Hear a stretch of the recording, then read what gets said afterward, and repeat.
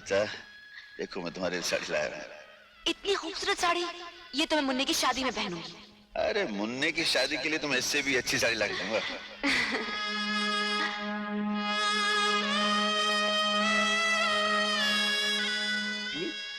पापा, कॉमिक में लिखा है कि काजल लगाने से आंखों की रोशनी बढ़ती है। कॉमिक ही सारा दिन पढ़ता रहेगा, स्कूल जाने की तैयारी भी करेगा। चल भाग यहाँ से, भाग चल।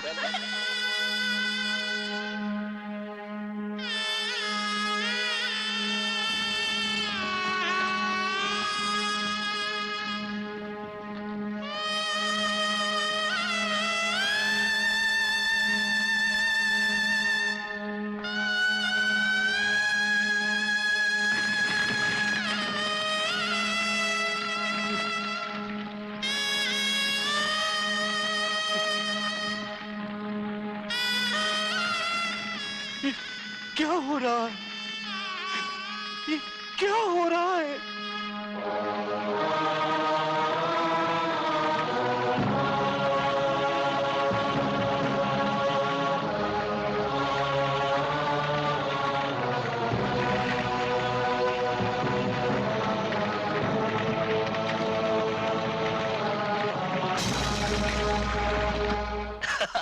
अरे ये तो कुछ नहीं है। उसके बाद हम लोग सुबह से लेकर शाम क्या बात है भैया, आप अकेले आए? आज तो मुन्ना का बर्थडे है ना? ना हाथ में केक, ना साथ में मुन्ना और भाभी।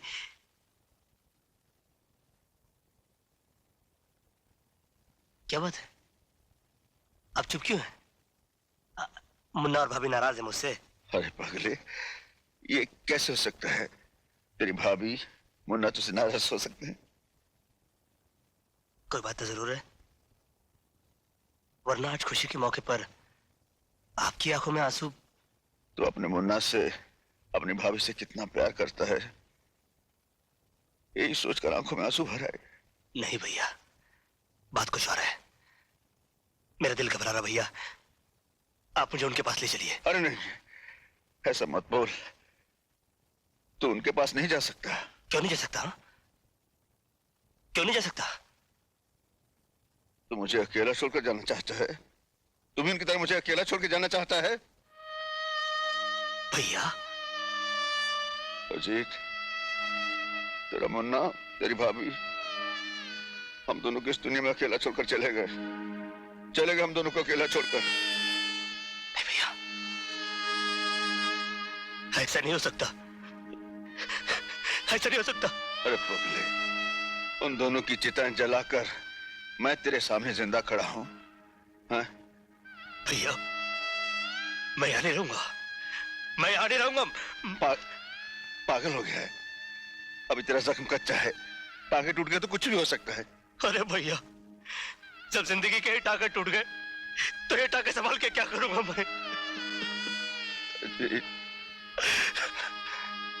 अजीत,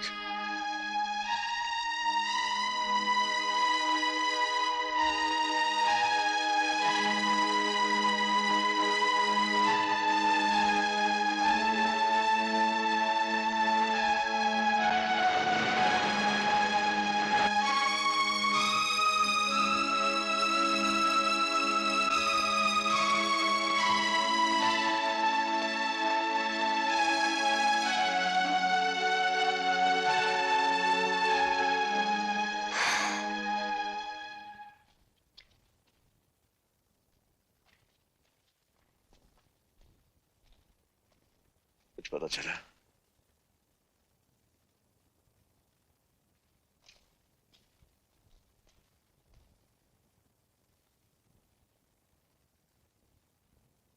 भैया, क्या ये आपका हाल भाभी नहीं देखती होगी? क्या मुन्ना की आत्मा नहीं तड़पती होगी कि उसका बाबा 3 दिन से भूखा है? जिस दरिंदे ने हमारी सारी खुशी, हमारी जिंदगी बर्बाद की, वो अभी तक जिंदा है और उसे खत्म करने के लिए हमारा जिंदा रहना बहुत जरूरी है। खाना खा लो भैया।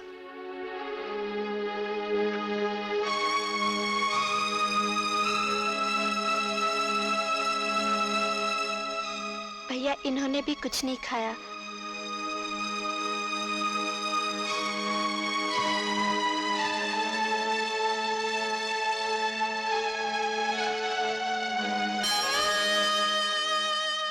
भगवान, मेरे भाई की हालत हो गई, मैंने उफ तक नहीं की। प्रभु, तेरे सामने अपने इन हाथों से अपनी पत्नी, अपने दिल के टुकड़े की चिता को आग दी। मेरी जिंदगी भी चाहिए तो मार डाल मुझे, बस थोड़ी सी मोहलत और दे दे भगवान। मैं बदले की आग में चल रहा हूं। प्रभु, एक बार उस राक्षस का सामना करवा दे और मुझे इतनी शक्ति दे मालिक कि मैं उसका नाम निशान मिटा दूं, उसे खत्म कर दूं। भगवान मुझे शक्ति दे, मुझे शक्ति दे भगवान, मुझे शक्ति दे। जब मेरे आदमियों को नहीं मालूम तो अर्जुन सिंह को कैसे पता चलेगा कि मैं कौन हूं? You are right boss. खैर, वो लड़की जो हमारे हाथों से बच गई थी, वो हमारे बिस्तर की जीनत कब बनेगी? बॉस, वो लड़की अर्जुन सिंह के कब्जे में है और उसी के घर में रहती है। इसका मतलब ये हुआ कि हमारे आदमी अर्जुन सिंह और पुलिस से डर गए। मुझे वो लड़की 24 घंटे के अंदर चाहिए। लड़की आपको मिल जाएगी सर। मैं एक ऐसे आदमी को जानता हूँ जिसके जरिए सांप भी मर जाएगा और लाठी भी नहीं टूटेगी। तुम्हारी बातें मेरी समझ में नहीं आ रही मिस्टर सिन्हा। इसमें समझने की क्या बात है? मैं तुम्हें कितनी बार समझा चुका हूँ कि तुम्हारे बहन के कत्ल के राज की चाबी प्रीति ही है। तुम उसे मेरे बताए हुए पते पर ले आओ, वहां तुम्हें सबूत भी मिल जाएगा और तुम्हारा खोया हुआ प्यार भी। लेकिन इसमें तुम्हारी कोई चाल तो नहीं? इसमें चाल की क्या बात है? तुम भी तो प्रीति के साथ वहां रहोगे। क्या तुम्हें अपनी ताकत पर भरोसा नहीं? ठीक है मिस्टर सिन्हा, मैं तुम्हारे बताए हुए उस जगह पर प्रीति को किसी कीमत पर भी लेकर पहुंच जाऊंगा।